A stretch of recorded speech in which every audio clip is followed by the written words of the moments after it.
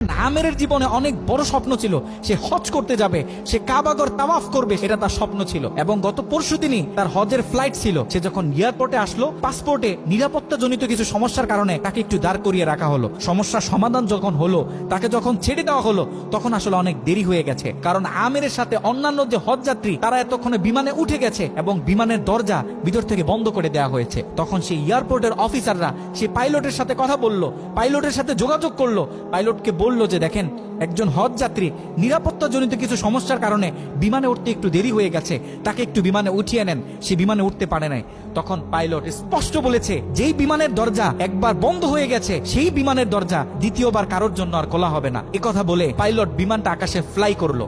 সেই অফিসাররা তখন আমেরকে বুঝাইতেছে, দেখো বিমান তো চলে গেছে, তুমি আর যেতে পারবে না, তুমি বাড়িতে চলে যাও, নেক্সট টাইমে তুমি হজে যাওয়ার জন্য ট্রাই করো। তখন সে আমাদের মুসলিম ভাই, সে হজ যাত্রী, সে কি বলেছে জানেন? সে বলেছে, আমি আমার রবের উপর পরিপূর্ণ তাকওয়া রাখলাম, আমি আমার রবের উপর পরিপূর্ণ আস্থা রাখলাম, আমি হজ করেই বাড়িতে ফিরবো, হজ না করে আমি বাড়িতে ফিরবো না।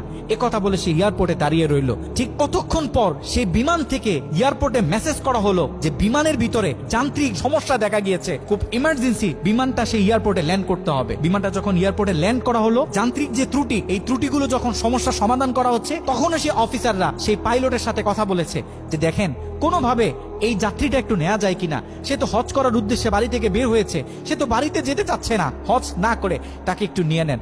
তখনও সে পাইলট বলেছে যে না, এই বিমান একবার দরজা বন্ধ হয়েছে, সৌদিতে যাওয়ার আগে এই বিমানের দরজা দ্বিতীয়বার কারোর জন্য আর খোলা হবে না। একথা বলে সে পাইলট আবারও বিমানটা আকাশে ফ্লাই করালো। তখনও সে অফিসাররা আমেরকে গিয়ে বোঝাচ্ছে, দেখেন মনে কষ্ট পাইয়েন না, এরকম মাঝে মাঝে হয়, আপনি বাড়িতে চলে যান, যেহেতু হজের নিয়ত করেছেন, আপনার একিনটা যেহেতু সলিড, আপনি যেহেতু একেবারে সহি নিয়ত করেছেন, অবশ্যই আল্লাহ পাক আপনাকে হজ করতে দিবে। আমের তখনও বলতেছে, আমার রবের উপর আমার পূর্ণ আস্থা আছে, আমি তো আমার রবকে চিনি, সে আমাকে হতাশ করবে না, সে আমার মনের আশা রাখবে, আমি হজ করেই বাড়িতে ফিরবো।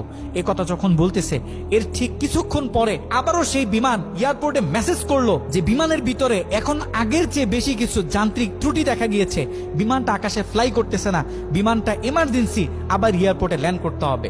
বিমানটা যখন এয়ারপোর্টে ল্যান্ড করলো, তখন সে পাইলট নিজে বিমান থেকে নেমে সে অফিসারদেরকে বলতেছে, সেই হজ যাত্রী কই, যাকে ছাড়া আমরা মক্কার উদ্দেশ্যে রওনা দিলাম, তাকে আমার হাতে তুলে দেন। আমি যতটুকু বুঝতেছি, তাকে ছাড়া এই বিমান যতবারই আমরা আকাশে ফ্লাই করব, মক্কার উদ্দেশ্যে রওনা হব, আমার মনে হয় না যে এই বিমান স্বাভাবিকভাবে মক্কাতে গিয়ে পৌঁছাবে। তখন সে পাইলট সে আমেরের হাত ধরে নিজে নিয়ে সে বিমানের ভিতরে বসিয়ে দিল।